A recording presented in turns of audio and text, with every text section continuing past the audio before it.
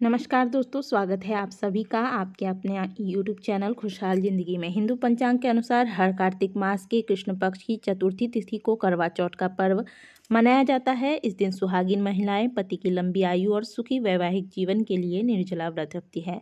करवा चौथ पर शिव पार्वती की पूजा के साथ ही चंद्रदेव को अर्घ्य देने के बाद व्रत खोला जाता है।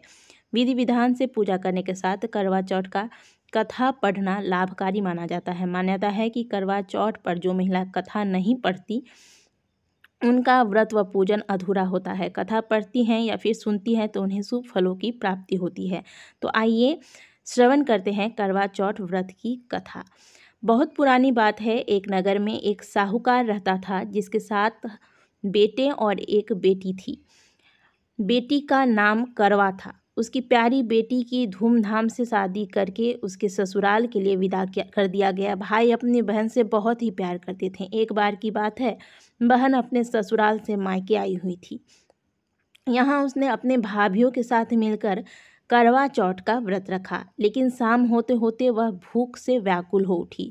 सभी भाई को उसकी ये हालत देखी नहीं गई, क्योंकि वो अपने बहन से बहुत प्रेम करते थे। क्योंकि चंद्रमा निकलने पर अभी काफ़ी समय था, इसलिए अपनी बहन से पानी पीने के लिए कहने लगे। तो उसने कहा कि चांद निकलने के बाद ही वह खा पी सकती है। ऐसे में सभी भाई काफ़ी व्याकुल हो गए। ऐसे में सबके सब तब करवा के सबसे छोटे भाई से रहा नहीं गया। उसने दूर पीपल के पेड़ पर एक दीपक जलाया, चलनी की ओर से रख दिया। दूर से देखने में वह चांद जैसा प्रतीत हो रहा था। इसके बाद भाई अपने बहन को बताता है कि देखो चांद निकल आया है, अतः हे बहन तुम इसे अर्घ देकर अपने व्रत को खोल लो। बहन ने भी खुशी खुशी चांद को देखकर अपना व्रत पूर्ण किया। अर्घ देकर भोजन कर सकती है, यह सोचकर बहुत ही खुशी हुई और चांद को देखकर उसने अर्घ दिया। और चांद को अर्घ देने के बाद वह हंसी खुशी खाना खाने बैठी। वो जैसे ही पहला टूक मुंह में डालती तो उसे छींक आ जाती। दूसरा टूक डालते ही उसके भोजन में बाल निकल आया और जैसे ही तीसरा टूक मुंह में डालने ही वाली थी तो उसके पति के मृत्यु की समाचार मिली।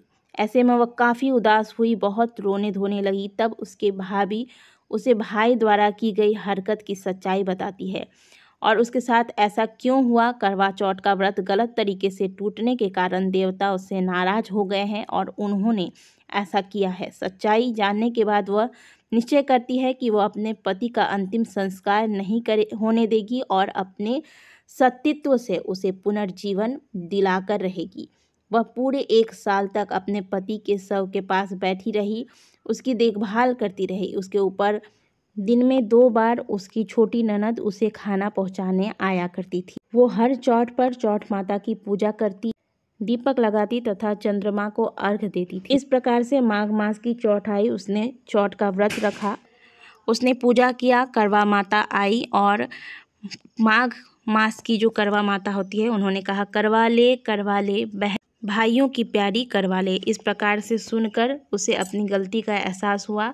वह करवा माता से हाथ जोड़कर कहने लगी कि हे माँ, आपने ही मुझे उजारा है, अब आप ही मुझे बसाइए, मेरे पति को पुनर्जीवित कीजिए। इस प्रकार से वह प्रार्थना करने लगी।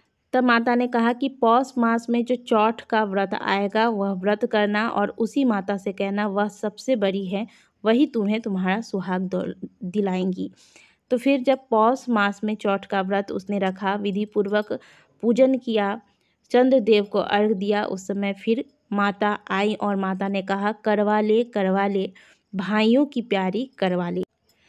तब फिर उसने पौष मास की चौथ माता को प्रार्थना किया कि हे माँ, मेरा सुहाग उजड़ गया है, मुझ पे दया करो, अब आप ही मुझे बसा सकती हो। तो इस प्रकार से प्रार्थना करने पर माता ने कहा तुझसे कार्तिक की चौथ माता नाराज है, वही तुझे तेरे सुहाग को वापस लौटा सकती है। कार्तिक मास के चतुर्थी तिथि पर चौथ व्रत रखना और माता से प्रार्थना करना।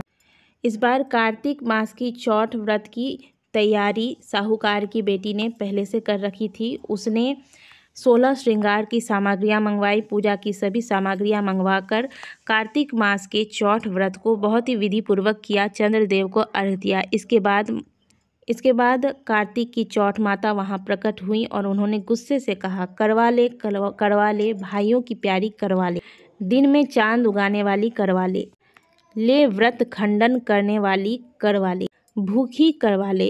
यह सुनकर वह रो पड़ी। करवा ने चौठ माता के चरण पकड़ लिए और प्रार्थना करने वो बोली, हे चौठ माता, मेरा सुहाग तुम्हारे हाथों में है, आप ही मुझे पुनः सुहागिन होने का वरदान दे सकती हैं। तो माता ने गुस्से से कहा, पापिन हत्यारिन, तू मेरे पाँव पकड़कर क्यों बैठ गई है। तब उसने माता के पाँव पकड़ के माता से प्रार्थना किया, हे माँ, जो मुझसे भूल हुई है, अज्ञानतावश हुई है, माँ मुझ पे कृपा करो माँ, अब जीवन में कभी इस प्रकार का भूल नहीं करूँगी।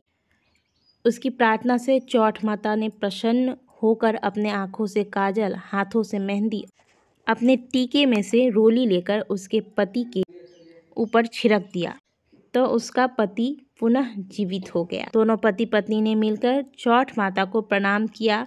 जब घर वालों को पता चला कि उनका पुत्र पुनः जीवित हो गया है, तो गाजे बाजे के साथ आए और अपनी बहू और पुत्र को वापस घर लेकर गए। हे चौठ माता, जिस प्रकार से आपने करवा के सुहाग की रक्षा की, उसे पुनः जीवित किया, इस प्रकार से आप सभी सुहागिनों की सुहाग की रक्षा करें, सभी सुहागनों को अखंड सौभाग्यवती होने का वरदान दे।